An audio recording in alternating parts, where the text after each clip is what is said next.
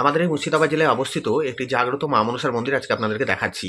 খুবই পুরনো এই মন্দিরটা, গভীর বনের মধ্যে অবস্থিত। মুর্শিদাবাদ জেলায় যারা থাকে তারাই অনেকে জানে না। আমি তো প্রথম জানলাম, আমাকে একজন ভিডিও করে পাঠিয়েছে, সেটাই আপনাদের সামনে আমি তুলে ধরছি। এখানে আপনারা দেখুন, পুজোদের স্টাইলটা পুরোটাই অন্যান্য মন্দিরের থেকে আলাদা, এবং এখানে অনেকের মনোবাসনা পূরণ হয়েছে। বিশেষ করে যারা অসুস্থ তাদের এখানে এসে রোগ ভালো হয়ে গেছে, এবং যারা চাকরি বাকরি পাচ্ছে না, যাদের বাচ্চা হচ্ছে না, অনেকের মনোবাসনা এখান থেকে পূরণ হয়েছে বলে আমি জানতে পেরেছি।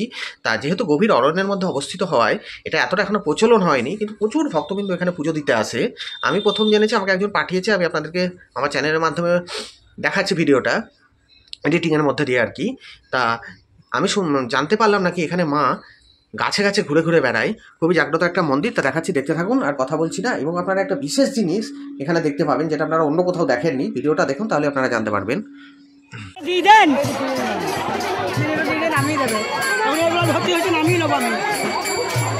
বলছি অর্জুন আমার চাইবেন না, নামিয়ে দেন।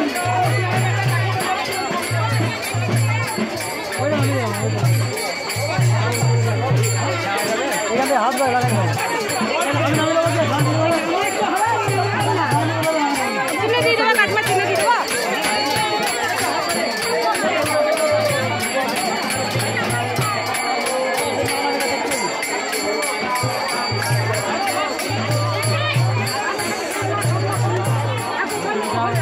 একটু যাই।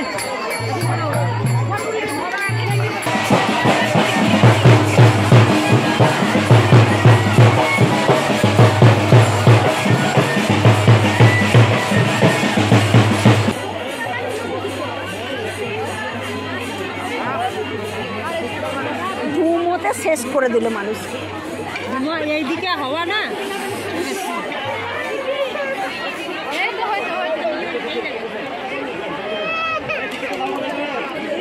ওরে বাপ, মা গো মা, রক্ষা করো। রে বাপ রে,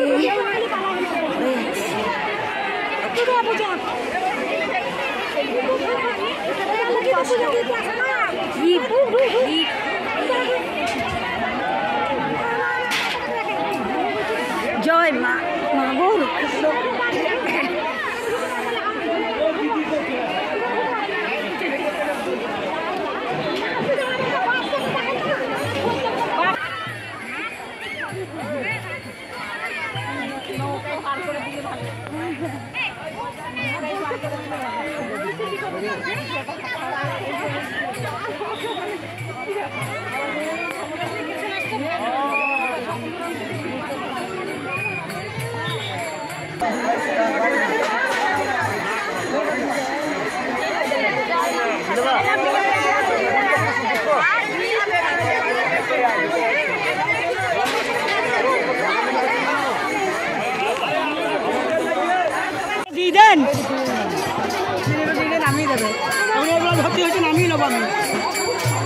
কবি বিপ্রদাস পিল্লাই মনসা বিজয় কাব্যে মা মনসা সম্পর্কে অনেক তথ্য তুলে ধরেছেন।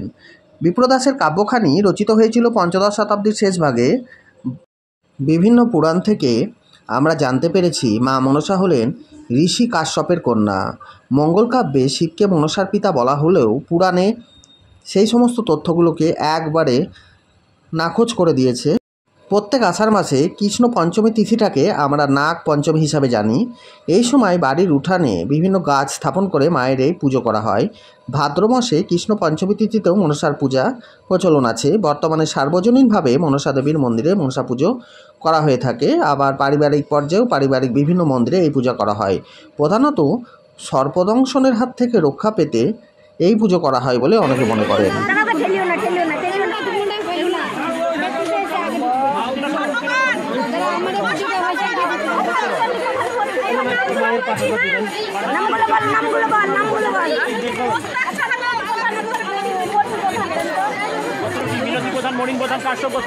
উত্তরবঙ্গ অঞ্চলে রাজবংশী জাতির কাছে সর্বাধিক গুরুত্বপূর্ণ দেবদেবীর মধ্যে অন্যতম হলেন মা মনসা।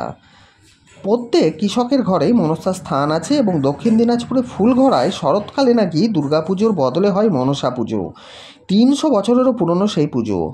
পশ্চিমবঙ্গের বিভিন্ন গ্রামে শ্রাবণ মাসে বর্ষার সময়তে সাপের কামড় থেকে রক্ষা পেতে মা মনসার পুজো করা হয়। সেই সঙ্গে হয় বিভিন্ন পালা গান। তার বিষয়বস্তু হলো পদ্মপুরাণ বা মনসার গান। সারা রাত ধরে এই গান করা হয় এবং সেই সাথে আমরা জানতে পেরেছি পুরুলিয়াতে যেখানে যেখানে মনসা পুজো হয় সেখানে নাকি হাঁস বলি দেওয়া হয়। বাঁকুড়া জেলাতে জ্যৈষ্ঠ মাসের শুক্লপক্ষের দশমী তিথিতে দশহরার পালনের বদলে সেখানে হয় মা মনসা পুজো। আমি একটু ভুল বললাম, দশহরার মাধ্যমেই আর কি মনসা পুজোটা হয়ে থাকে বাঁকুড়ায়। মনসা পূজার অঙ্গ হলো অরন্ধন।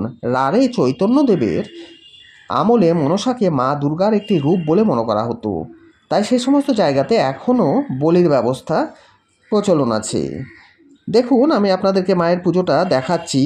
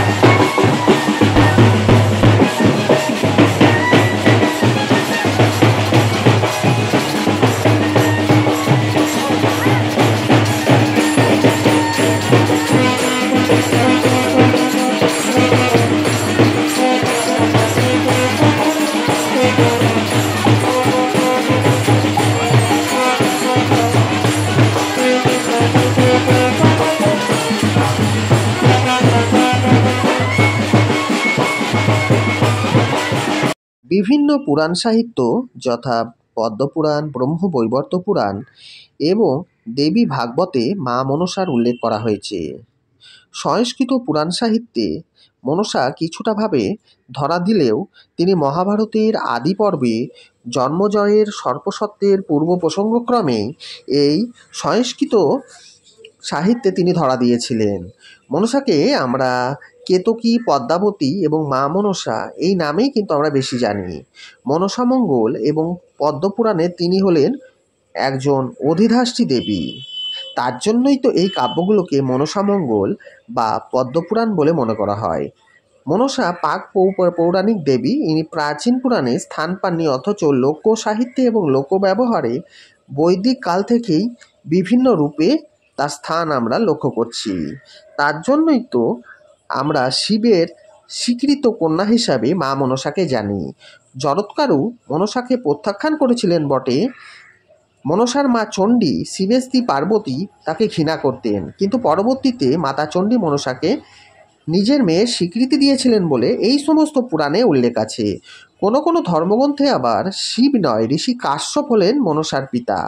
মনসাকে ভক্তবৎসল বলে বর্ণনা করা হলেও যিনি তার পূজা করতে অস্বীকার করেন তিনি কিন্তু তার প্রতি আবার নির্দয়। জন্ম সংক্রান্ত কারণে মনসার পূর্ণ দেবীত্ব প্রথমে অস্বীকার করা হয়েছিল, তাই মনসার উদ্দেশ্য ছিল দেবী হিসাবে নিজের কর্তৃত্বকে নিজে থেকেই তিনি স্থাপন করবেন, বিভিন্ন জায়গায় তিনি পূজিত হবেন। দেখুন, আমি ঘুরে ঘুরে আপনাদেরকে দেখাচ্ছি। ভালো লাগলে অবশ্যই চ্যানেলটাকে একটু সাবস্ক্রাইব করে সঙ্গে থাকবেন।